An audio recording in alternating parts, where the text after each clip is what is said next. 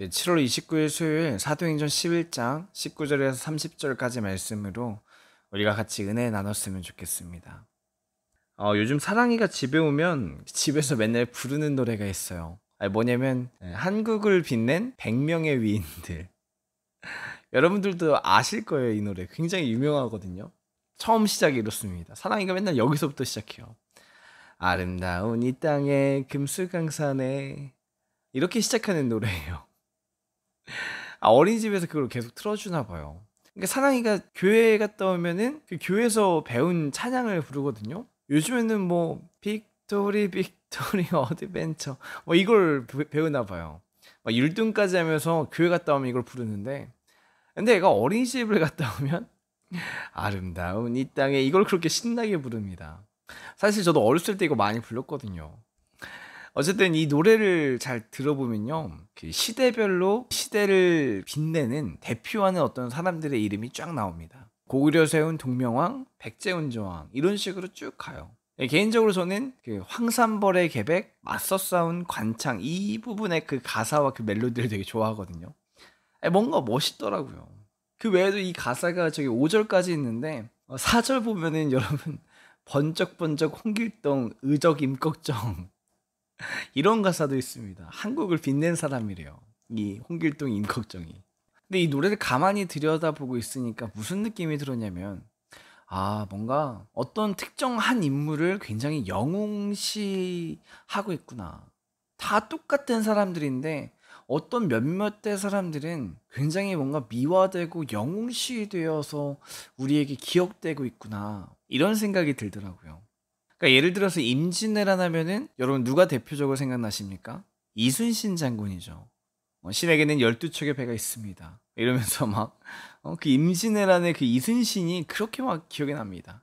근데 사실 임진왜란의 그 커다란 전쟁 가운데 이순신만 싸운 게 아니잖아요. 정말 수없이 많은 사람이 싸웠지만 다 기록을 못했을 뿐인 거죠. 어떻게 그걸 다 기록해요, 그 전시 상황 가운데. 그 중에서 그나마 기록이 좀 돼 있고 유명했던 사람 중에 한 명이 이순신이라는 겁니다. 이순신만 싸워서 이순신을 기억하는 게 아니라 이순신이 그 임진왜란의 뭔가 대표성을 가지고 뭔가 기억이 되는 것 같아요. 그래서 뭔가 임진왜란 하면은 이순신 장군이 뭔가 다 해낸 것 같은 느낌이 우리에게 올 때가 있다는 겁니다. 근데 실제적으로는 그게 아니라는 거예요. 근데 이게 성경에서도 그렇습니다. 뭔가 구약에서는 아브라함, 이삭, 야곱, 요셉, 모세, 여호수아, 사무엘, 다윗, 뭐 이런 특정의 사람들이 뭔가 구약 시대의 대부분의 일을 다 해낸 것 같습니다. 신약에서도 누구예요? 베드로, 요한, 바울, 뭐 이 정도가 다 한 것 같잖아요, 예수님 빼고는.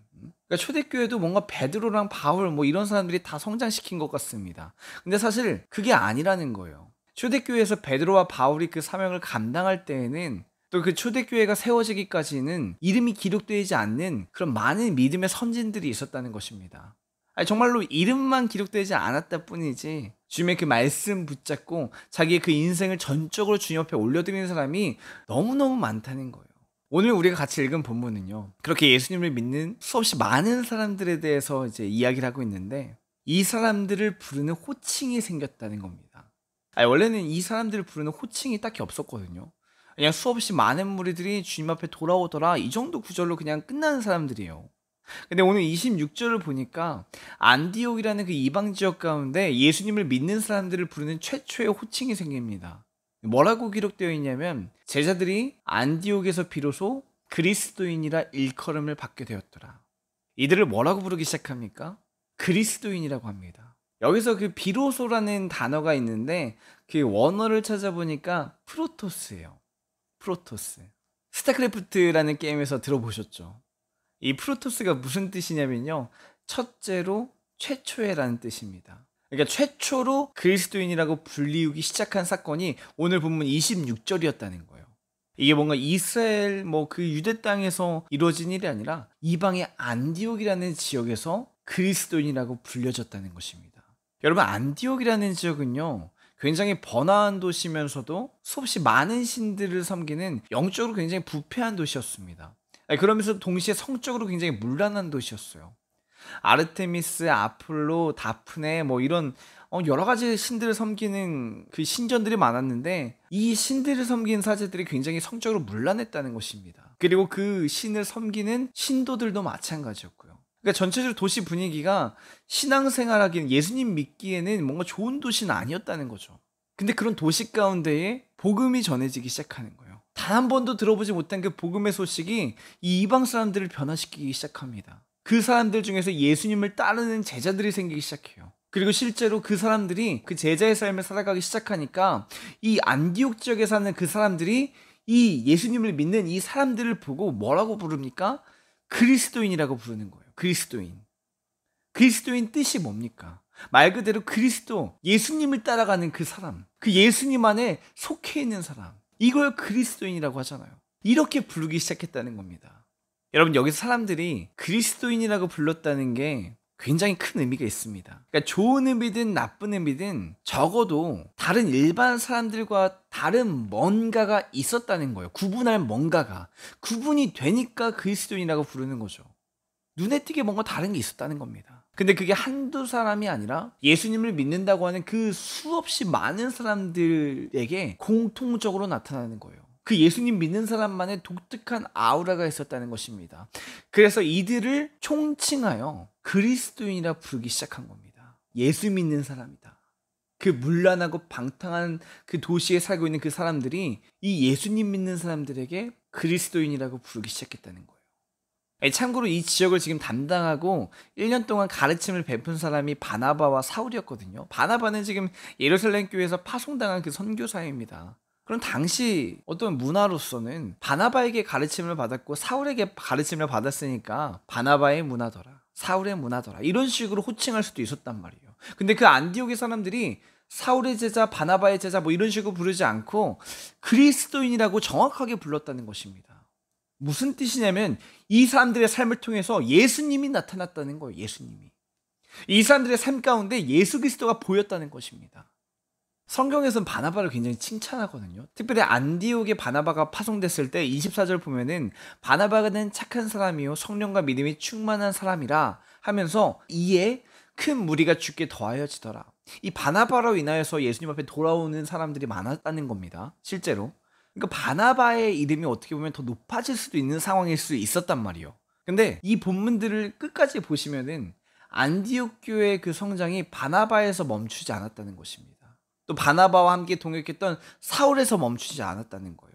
바나바와 사울을 통해서 예수님을 만난 그 모든 사람들의 그 삶이 그리스도인이라 이렇게 일컬음을 받는다는 것입니다. 그리고 이들의 삶이 어디까지 이어지냐면 나중에 그 가뭄과 기근에 시달리는 가장 첫 번째로 지어진 그 예루살렘 교회를 도와주기 시작합니다. 예루살렘 교회에서 바나바를 파송해서 교회를 세웠는데 그 교회가 이제는 예루살렘 교회를 도와주기 시작한다는 겁니다. 이게 진정한 그리스도인의 삶이라는 거예요.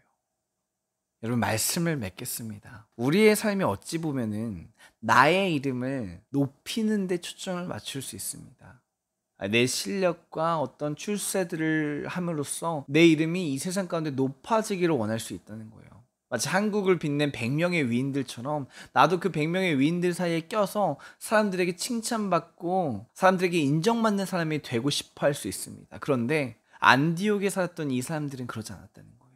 실제로 그 안디옥 교회 성도로서 기록되어 있는 사람들이 그렇게 많지 않습니다. 왜냐하면 이들의 삶의 목적은 자기 이름이 이 세상 가운데 기록되어서 사람들에게 대대손손 알려져서 노래 불려지기 바라는 것이 아니라 오직 예수님의 이름만 나타나기를 바랬기 때문에 그리스도인이라 일컬음을 받았다는 것입니다. 저 이렇게 불러주세요 해서 그리스도인이라 불려진 게 아니라 사람들이 그렇게 불렀다는 거예요. 여러분, 우리의 삶이 이런 삶이 되길 원합니다. 누군가에게 인정받고 높임받는 삶을 원하고 바라고 살아가는 것이 아니라 내 이름은 사라지고 오직 예수의 이름만 나타나고 주님만 영광받는 그런 삶을 우리가 살아내기 원합니다. 그렇게 주님의 이름만 높이는 우리의 그런 귀한 하루가 될 수 있기를 예수님의 이름으로 축복합니다.